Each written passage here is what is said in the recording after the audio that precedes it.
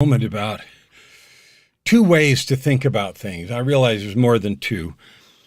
I have a document called a PTAC, Personal Truth and Commitment, and one piece of it is called the Scroll of Truth and Power. And it describes opportunities, things that I've learned about how to face life day to day, not face life in this sort of grand sense, but day to day.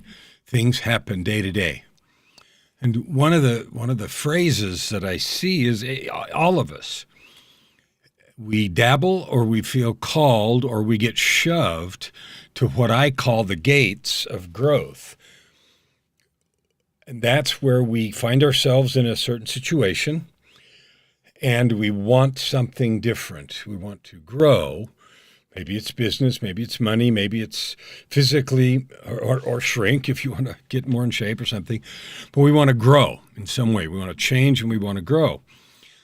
And then we look across what I call the field of trial, because growth isn't a trivial thing, at least hasn't ever been for me.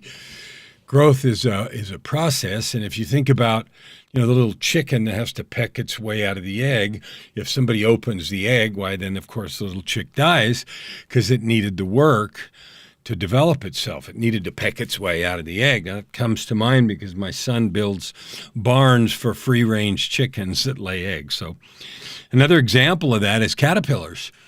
If they don't, you have to force their way out of the cocoons, and they don't survive as a butterfly or moth. So we face growth, the opportunity to grow for growth all the time, every day, every week, every month, every year, New Year's resolutions, whatever it is. And I call the distance between the prize out there and where we are right now, I call that the field of trial, right? We look across the field of trial, and when we think about that, we hear the shrill voices of doubt and what seems like the whisper of encouragement.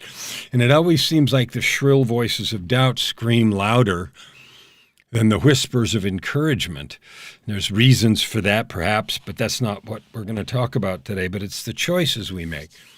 When I see people, I use myself as the perfect first example, struggling, we come to the gates of growth, we look across the field of trial, and we see the prize in the distance, the accomplishment, the goal, the state of having done, been, achieved, whatever it is.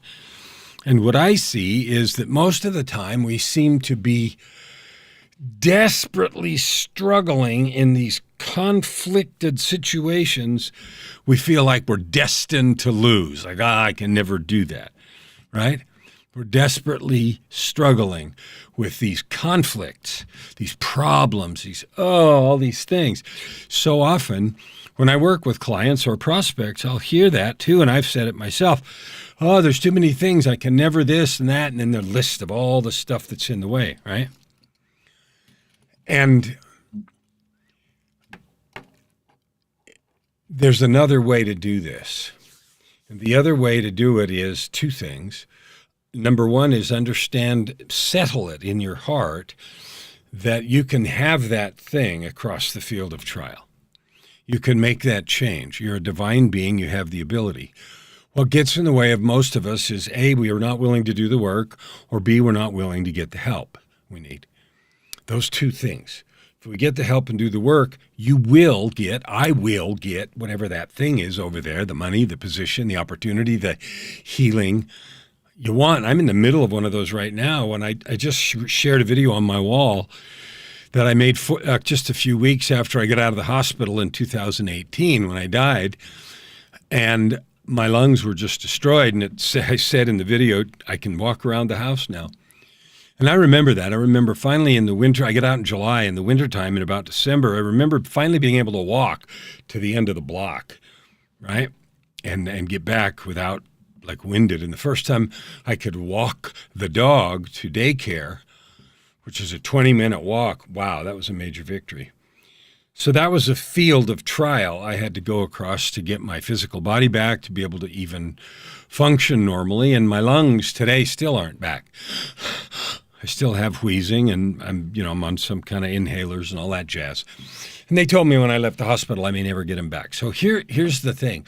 I just challenge you to take this opportunity, and I challenge myself. So when I issue a challenge for you, it's really because I'm challenging me to look at the things of growth that you want.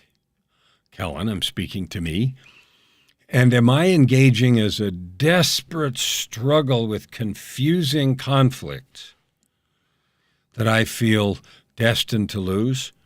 But I need to try, and I'm going to put on a show of desperately struggling with confusing conflict I'm destined to lose. Or am I courageously choosing battles I'm determined to win? That shift for me makes all the difference. When I say I'm choosing a battle and I'm going to win, I'm courageously, intentionally choosing a battle of any kind that I'm determined to win, as opposed to desperately struggling with some confusing conflict, right?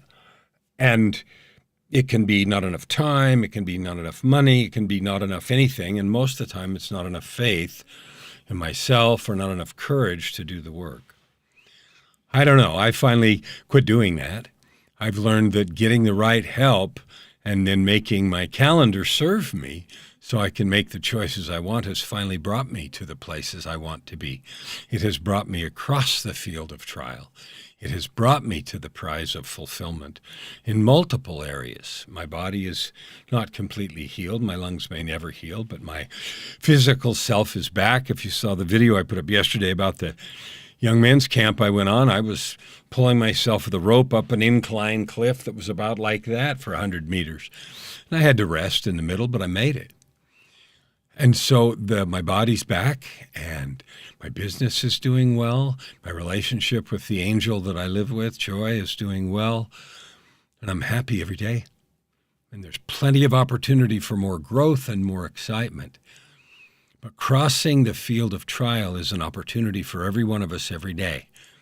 And I just encourage you to think about if you are desperately struggling or if you're courageously choosing, if you're getting the help you need and taking the action that is required. You can have that dream. You can have that joy. You can have that success. You really can. You deserve it, and you're worth it. Getting the help, for me, getting the help I needed and making those choices and choosing instead of struggling was all the difference. We'll see you tomorrow.